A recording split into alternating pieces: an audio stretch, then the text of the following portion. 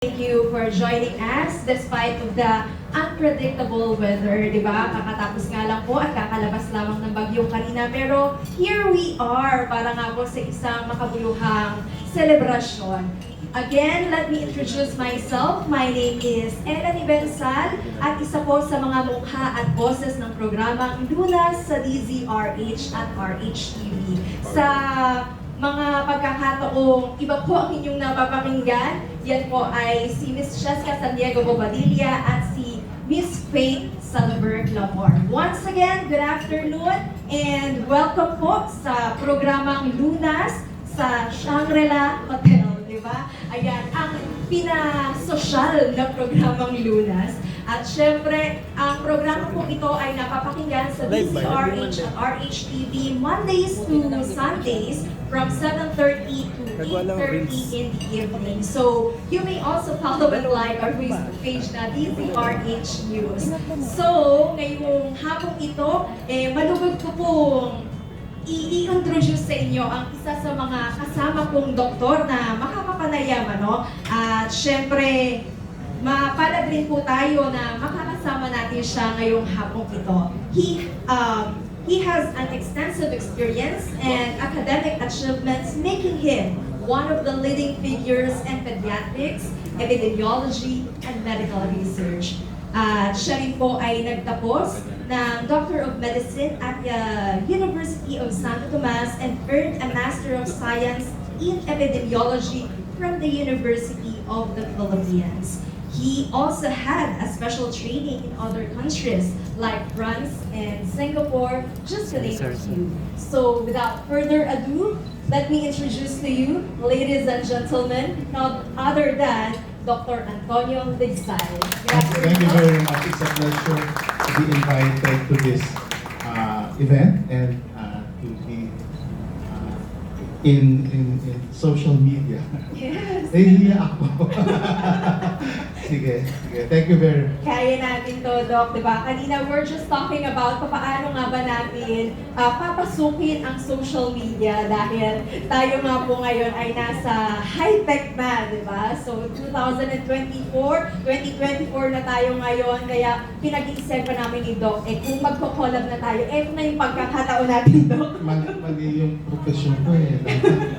I'm like one of them. Sabi nga nila, Doc, it's not yet too late, di ba? To set a new dream. So, malay ninyo, ito na yung pinto para na launching ko. Oo. Ito na, Dr. Ligsay. Thank you very much. Susunod please follow and like and subscribe. Sample nga, Doc. Ay, nahiyan. Okay, so ngayong hapon nga po ito, pag-uusapan po natin hemorrhoids. So, why are we need to discuss this, Doc? It's a very important disease and a very common disease. Maraming risk factors, maraming tao meron ito na they don't know. It only happens pagka nagkakaroon ng symptoms. And that the symptoms are very important and may be a signal to a more serious disease. But of course, maraming kailangan. So, it's very common. It's very common. It is very common, Doc, at saka hindi ito, hindi ito basta-basta sakit lang, di ba, Yeah, Doc? that's right. At sabi natin na walang pinipili dahil mapa-celebrity man, mapa-vlogger, mapa-reporter, o mayaman, mahirap, pwedeng magkaroon ng hemorrhoid. In fact, Doc, may mga na-research tayo, di ba? Ayon dito, Doc, secret lang daw, huwag ka maingay. Konti lang. Sabi, ilan sa mga celebrities, sikat na celebrity na nagkaroon ng hemorrhoid ay si Marilyn Monroe. Ayan, secret lang yun, Doc. Huwag ka maingay, ha? At ilan pa dyan ay si Whitney Houston. Napoleon Bonaparte, Doc. Sabi na isa siya sa mga nahirapan na mag-utos sa kanyang army dahil sa hemorrhoid, dahil nahihirapan siyang umupo sa kabayo, Doc. Yan nga ba yung isa sa mga senyales, sintomas ng pagkakaroon ng hemorrhoid, Doc? Yan po ang ating pag-uusapan maya-maya, ano? So, ilan lamang po yan sa mga celebrity na Yung isa pa nagkaroon pa. sinabi kanina, Si George George Clooney na. Oo, ang gwapo pero tinamaan din po lang di ba, ng hemorrhoids. So, kailangan rin po talaga natin mag-ingat. Mamaya, Doc, alamin na rin po natin yung prevention and tips, no? So, nag-prepare din po si Doc na kanyang PowerPoint presentation para nga po mas lalo nating maunawaan kung ano po itong hemorrhoid. And I have the first slide. Okay. Ito yung tinatawag na anorectal lesion. So, tapos naman tayo kumain lahat. So, Kasi I can talk about it. So, this is what you call the sagittal section, yung pahabang ganun. So, kunyari, nakatayo, ganyan, pinutol ng pagano. So, that is the rectum, and that's the anal region. So, this area of the body ay napakaraming blood vessels, arteries and veins. Okay. So, pagka you're doing your thing, like you're defecating, yun yung tawag pagka i-excrete ka ng your feces. This receives a lot of pressure. Di ba, umiiri ka. Pag umiiri ka, lalo na if you're constipated or masyado mataas ang pressure, or there are certain conditions in the body na nagtataas yung pressure, yan tumurupok, especially aging. Pagka may edad ka na, yung mga blood vessels natin, because I am already in the senior year, marupok na siya. Okay? So you will see that is damaged, and this shows the two types of hemorrhoids na pwedeng mangyari. Pwede internal hemorrhoid, yan yung walang symptoms. Basta nandiyan na, hindi mo alam na may sakit ka pala. Nalalaman mo lang na meron ka internal hemorrhoid pagka may masakit sa loob. O kaya dumudugo. O kaya pag nagpunas ka ng tissue paper, diba, pagka nag-defecate ka, pupunasan mo, may makikita kang konting dugo. Or may mararamdaman ka doon. May mararamdaman ka sa labas, yun yung tinatawag ng external hemorrhoid. So yun yung dalawa na types of hemorrhoids. So what happens is, yan yung sinasabi ko, yung internal hemorrhoids, it causes painless bleeding or minsan may pain na. Kasi syempre minsan nagkakasugat na yun. Okay? And nagkakaroon ng small amounts of bleeding. Hemorrhoids, it pushes through the anal opening, merong pain and irritation. Okay?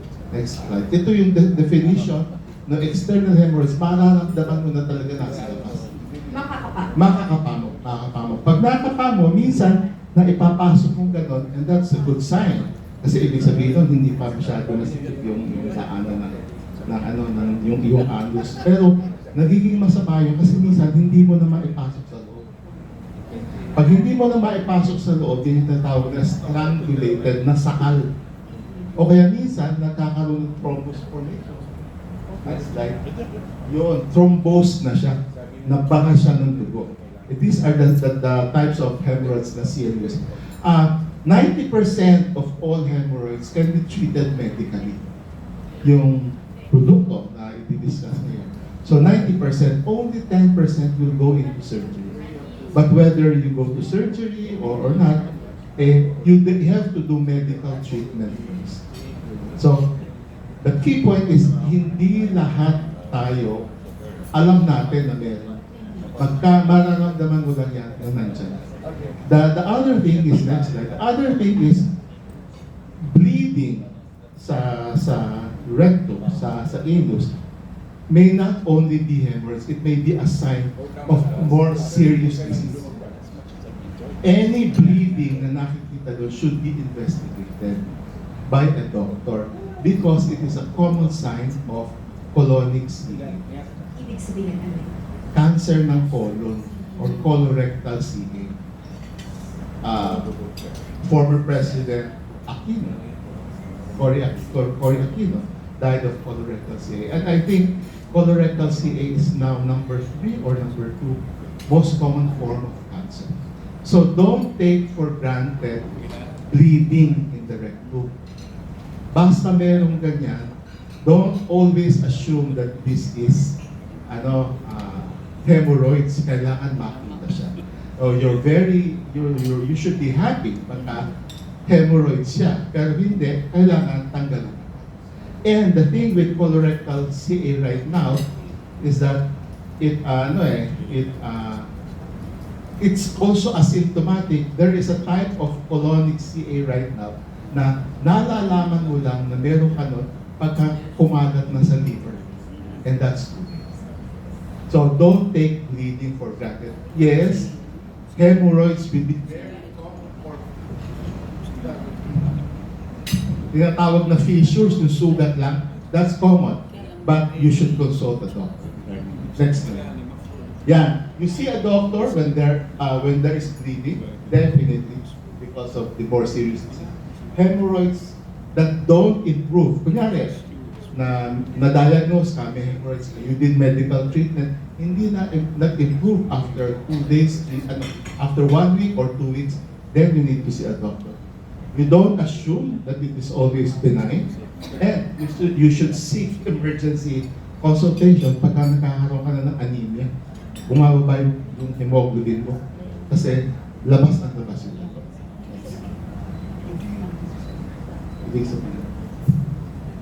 Ibig sabihin, Doc, when we do the bowel movement, may makikita talaga tayo doon. Minsan kasi, di ba, pag nag-flush ka, dapat titingnan mo eh. Ako, huwag niyo akong gagayahin kasi hindi ko tinitingnan. Tatakot ka, ayun. But it should, well, sometimes I do try. I do, but it's important kasi, or yung tissue paper, maraming makikita mo eh. That's important. That's the time to see a doctor. Next time. Yun. Ano ba ang nagpo-produce ng hemorrhoids? Yung constipated, maraming taong constipated, di ba? Matigas na matigas. Pag constipated, ang tendency mo, iiri ka. Yung pag-iri mo will cause the pressure there, and that will produce the hemorrhoids. Yung sitting for long periods of time, that produces that pressure. So the key point is anything which increases the pressure doon sa anal region is the one causing the hemorrhoids. Okay? Obesity. Kasi nga, mabigat ka, diba? Na push yun. And then pregnant. I don't know the exact figure, but a large number of pregnants post-delivery will have these hemorrhoids. Okay? Having anal intercourse, whether heterosexual or homosexual, this is common these days. This, which aside from the viral infection, that's the one producing it. Pagka kumakain ka ng low fiber diet, okay, that produces the hemorrhoids. And regularly lifting heavy objects.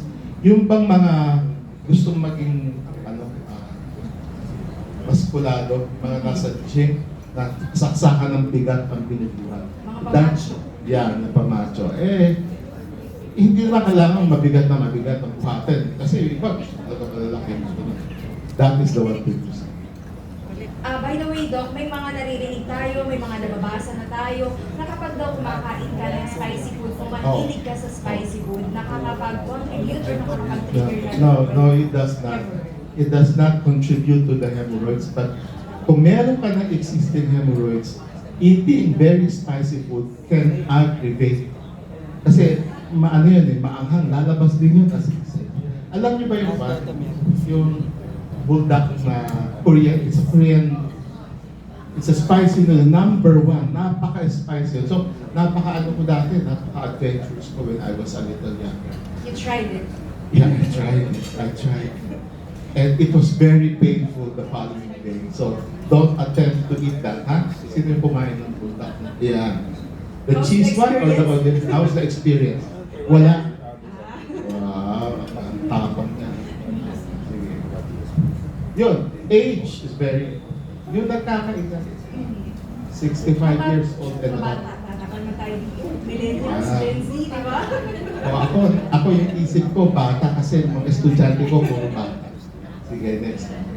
Yun, complications are anemia na strangulated na sakal or the gap ng blood. By the way, hemorrhoids and varicose veins. Yung pathophysiology is the same. The vein is damaged na hindi makapflow yung dugo. Ganun din sa varicose veins. Ano mo lang siya? Varicose veins appear yung mga yung mga sales lady na nakatayo. Yan. So aside from the varicose veins, nagkakaroon din ng hemorrhoids. Not only prolonged sitting, but standing up. Okay. You have anything else? Yes, siguro para po sa may mga katanungan, pwede niyo po kami i-address dito para masagot rin po ni Doc Ligsay ang inyong mga agam-agam, di ba, tungkol sa hemorrhoid. At syempre, kapartner nga rin po natin ang Hemaway. So para po sa mga magpo-post sa ating social media, don't forget to use the hashtag #HelloHemawayByHemorrhoid. So once again, open na po ang ating Q&A. Let me go to that Hemaway. So, kunyari na-diagnose ka na, you have the symptoms, pumunta ka sa doktor, what will a doctor do? Diba? So, una, i-examine niya. Tingnan niya, meron bang external hemorrhoid? Kasi ang complaint mo, nagdudugo, di ba? O may masakit pag dumudumi ka. Titignan niya, wala. So, gagawa, mag-internal rectal exam, makakapa niya yun. So, anong gagawin niya? Pag nakapa niya yun, first, you do home remedies. Ano yung home remedies? Yung tinatawag na hot sitz bath. Yung bang meron kang langgana, may mainit, hindi, dapat kasi mainit eh. Pero kasi ang hirap dito, baka ka mapaupo doon. But that is very effective kasi it will shrink. It will give you some comfort. And of course, you give pharmacologic treatment. Ito yung Hemaway or whatever that is in the past. When I was a general practitioner, yung bagong graduate, ang dami ko nakikita ganito pasyente. So, piniprescribe ko yun. Majority of my patients do not do the home sitz bath. Kasi nga mahirap. Kung nakatayo ka, nasa probinsya, paupo ka, nandun lang ka, kung mapadulas ka, paso yung pwit mo. Diba? Oo, so, hindi tama yun. So, what I do is I give this drug, and I usually give it that the recommended dose is 6 tablets for the first 4 days. That's 3 tablets 2 times a day for 4 days. That will produce a relief in about 2 to 3 days. And then you maintain for another 3 days at 4 tablets, 2 tablets 2 times a day. So dapat yun makaramdam ka ng relief. Pagka nakaramdam ka ng relief, it's not in the package insert, pero uwi doon na lang ng doktor, naka-relief ka eh. Let's extend it for another week. Pero may tinatawag, I saw it in the internet kanina, may tinatawag na chronic venous insufficiency. Which means na chronic na, matagalan na, nagre-relieve siya, pero hindi nawawala, bumabalik, because your habit is still there. Yung aggravating factors mo. So, some doctors can give, the internet, I saw it, a very respected journal, recommends 2 tablets per day for about 2 to 3 months. Whether internal or external? Yes. As I said, 90% will be relieved. So, ang pinaka-importante kasi mawala yung sakit. At medyo mawala yung dugo. Yun ang first goal mo kasi yung most bothersome, yung swelling ba doon sa area nila. And pag nagkaganon, then you can just continue with the pharmacologic treatment or just observe. Pag umulit, and of course, kailangan may lifestyle modification. You take laxatives para huwag ka maging constipated. Maraming nagagamit na. Maraming suppository na nagagamit. Ako nung sa GP, ang favorite ko is glycerin suppository. Alam mo yung mahabang yun? Kaya lang, ayaw mo tao yung masyado mahaba. So, kasi kailangan nasa ref. Kasi hindi mo kaya magpasok yung nasa ref. Or yung Dulcolax, I don't know the generic name. Maliit lang yung gano'n nilalagay ko. And, or yung iba ay umiinom ng castor oil. Yung gamot sa probinsya. I was a rural physician before. So, mawala yon. Or then you take high fiber diet para mabilis ang dumi. And then, you're lucky, it's relief, then it's okay. Pagka hindi, you have to go back to your doctor. Meron na siyang gagawin, may i-inject na doon, may sclerosing agent, or sometimes you can do surgery. But I said 90% will be relief. Other 10%, maybe you will go into chronic, or the others will go into surgery. Sa pag-take po ba natin ng Hemaway, Doc, kailangan ko ng prescription ng doctor? I think Hemaway is a drug because there's an indication, but it's over the counter. So which means that you can buy it without prescription. I know pharmacies, drugstores now are very strict, especially with antibiotics because of the antimicrobial resistance. But this is over the counter, so hindi mo kailangan ng prescription. Sa pag-take po, kailangan ba nakakain na, busog? It doesn't matter because this is a natural ingredient. This is plant. It's a phytochemical. Ano ibig sabihin ng phytochemical? Chemical which comes from plants. Flavonoids, a special group of chemicals. Flavonoids, and it has been used for a long time. And although meron sinasabing adverse events, but in my practice, I never saw anyone complaining of any adverse events. Sa pag-take po natin ng Hemaway, or sabihin na rin natin yung gamit natin yung hot compress or yung bath seats, di ba? Mawawala na po ba totally yung almoranas or... Hindi siya nawawala. It stays there. Pwede siyang lumiit. The only way na mawala siya is operahan. Pero nawawala yung symptoms. So once na may almoranas ka, permanent na yun, Doc? Yes. That's the sad part. That's the sign. But, you get relief, minsan lumiliit na siya, nagiging negligible na siya. So it's okay. Ang masama kasi yung hindi mo na ma-pass. Mas strangling, masasakal. Pag nasakal yun, magaganti, iikot, yun ka lang. Meron daw po ba mga pwede silang... Ito pa gusto kong sabihin. Hemorrhoid surgery of this type is very painful. Very painful. So wag niyong palampasin. And pag inoperahan ka, I remember one doctor sa hospital natin, pagdapa ka, so merong, alam niyo yung unan sa Thailand, pagdapa ka gano'n. Siyempre, para makuha yung anal region, puputulin yun. But the thing is, some people are prone to stricture formation, CCK. So it requires daily dilation, yung increasing caliber of the dilation. And it's painful. Siyempre, pag wala ka na anesthesia, masakit. And that region is not skin, that is soft tissue. Parang sugat ka dito, masakit. So, kaya ko sinasabi yun, don't take it for granted. Heavy treat. Huwag baliwaliin. See your doctor, treat early, follow your doctor, and it will go. Nakikita ko yung reaction mo. Oo.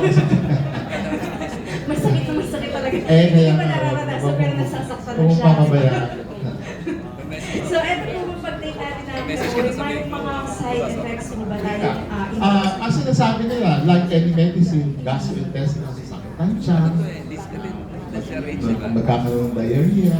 Pero in my long, kasi this is plant, this is herbal. So, very safe. Yes, it's safe. At ito nga pong Hemaway ay mabibili po sa Mercury Drugstores sa halagang 25 pesos per capsule. At syempre yung pag-take nga po depende, 4 tablets a day daw. No, for the first 4 days to rapidly improve the symptoms, it's 6 tablets per day. For the first 3 to 4 days. Then you go down to 4 tablets per day. Then, pagka gusto mo pang nag-improve na and may natira, you can decide for another week or so at 2 tablets per day. Ayaw natin ma-operahan, Doc, diba? So, any prevention tips para nga po Remove the side effect. Remove the risk factor. remove the risk factor. So, kailangan mapanatili natin yung ating timbang, yung ating weight. May question na, meron bang overdose? walang overdose because this is natural. Sabi ko sa But don't take kailangan mo 20 ng tablets. hemorrhoid o romantic. Yun may side effect na yun. Just take the recommended. Any questions po from our media partners, vloggers, guests? Yes, sir. Sir. Yan ang ano. Yes, yes. Oh, there's no interaction. So I'm not ready. When I was invited here, hanap ako. There's no drug interaction. Yung romantic ko ba, pwede ka So walang contraindication kung ano man po yung kanilang iniinom na maintenance medicine. Ano? So very safe nga po at itong ating Hemaway. So hello Hemaway by Hemorrhoids. So para nga po sa Doc, any message sa ating As I said, don't take things for granted. Pag may nararamdaman ka, seek professional help. Kung meron kang kaibigan doktor, tawagan mo siya. Tapos kung meron social media, ano yan? Lunas. Yes, Lunas sa Almoranas, diba? So, eto po yung pinakamagandang part dito, ano, na-enlighten, na-educate po tayo kung paano nga po ba natin hinahandle ang hemorrhoids. So, hindi po biro, hindi po basta-basta, at hindi po dapat natin binabaliwalaan, no? Dahil once na magka-hemorrhoid ka daw, may forever dito, permanent na, di ba, ang hemorrhoids. So, kailangan po talaga natin ng healthy diet, di ba? Kailangan magkaroon And tayo. healthy lifestyle. Yes, healthy lifestyle. Eat fiber, drink lots of water. Sir, any question? And ma'am, ito na lang po tayo para po sa microphone. And please, again, introduce yourself first para ma-recognize rin po natin kayo naman.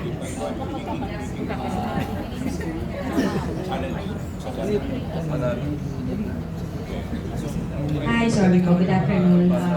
First of all, congratulations po pala sa launch po ng bagong Hemaway.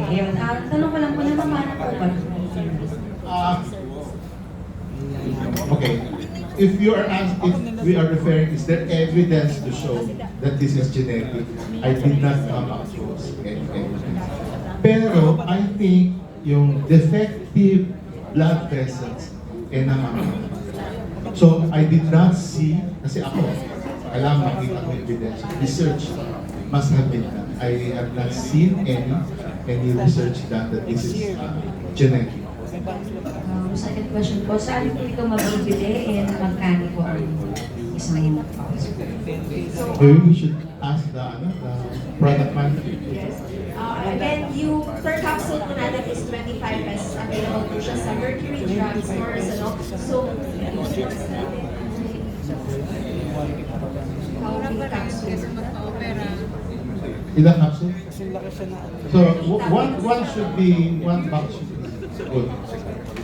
So kung 6 tablets for first 4 days, 24 tablets, that's it 4. So I think 2 boxes would be good enough. Last question po. Nakaroon po ba ng ganito po yung mga bata? O pwede rin po ba Yes, yan oh. sa I'm a pediatrician, hindi ganun ako. Mas common sa older age. Salamat po. Yes. Ay, Doc, tatanong ko lang muna sana, Doc, na how long o gaano katagal safe i-take yung Yeah. As I said, when it becomes a chronic venous insufficiency, you can take it for about 2 to 3 months, pero at a lower dose. Pero you have to be sure na nagkaroon ng improvement ng symptoms. Kasi in 1 week, wala ka improvement of symptoms. Dumudugo pa rin, masakit pa rin, kahit paano hindi nabawasan. Then that is a red flag. But some that I've seen the dosage in the internet, not in the package insert, they recommended it at low dose for about 1 to 2 weeks. Doc, another question po. Can this be used po to para yung ating mga ano tawag dito, varicose vein Yes, yung yes. maliit? I've seen that as an indication in other countries. Yes. So, binibigay ko ng mga Yes. doctors. Yes. Thank you, Doc. Good afternoon po, Doc. So, my first question will be, since this product will be available on over-the-counter po siya, right? So, is it safe to say that we can consider this new medicine as a form like paracetamol, mga as a common medicine po na pwedeng bilhin po? Paracetamol, alam mo na gagamitin mo kasi para sa lagnat, para sa sakit ng ulo, di ba? But this is bleeding and pain sa rectal area. So, as I said, hindi lahat ay hemorrhoids. It can become serious. So it's best that it is prescribed by a doctor. Although over the counter, you need a diagnosis. Okay, so my second question is regarding to the lifestyle because some people, especially in my age, so most of them like spicy food or they tend to have this oily food that cause them for hemorrhoids. So just wanna ask, so what are the specific foods or lifestyle that we can consider when it comes to this kind of As you said, yung spicy food does not produce the hemorrhoids, but it may aggravate the symptom. Masakit kasi, mahapdi. Yung lifestyle, of course, yung una sabi natin, because it is, hindi natin muna tayo magagawa sa age, talagang may edad na. So, one is to have a good diet with high fiber, kasi high fiber will promote defecation, good digestion, at yung feces, yung poop, mabilis na. That's number two is drink plenty of water. Di ba ang bata pagka constipated, painumin mo ng tubig in between lalabas. Pangatlo, diet, kasi nga the pressure is there. The pressure is there. Tapos pagka ikaw ay nasa trabaho, kunyari, masyado kong computer, it's nice, it's good to stand up every hour, take a walk for about 5 to 10 minutes. And that's it. So basic healthy Yeah. lifestyle. And my last question will be, since this product is for hemorrhoids, do we have specific studies where we already conducted this for senior citizens? I've not seen because it's quite an old product which has been extensively used before. So alam natin. So senior citizens I did not come across, but it can be used of course kasi plant-based siya. So if you're thinking of safety, and of course seniors are prone to diabetes. Any questions po from our partners, media partners, business partners? Are we all good? Klaro po ba? Yes. Thumbs up please. Yes, we're good. Thank you very Thank you much. so Thank you very much. much.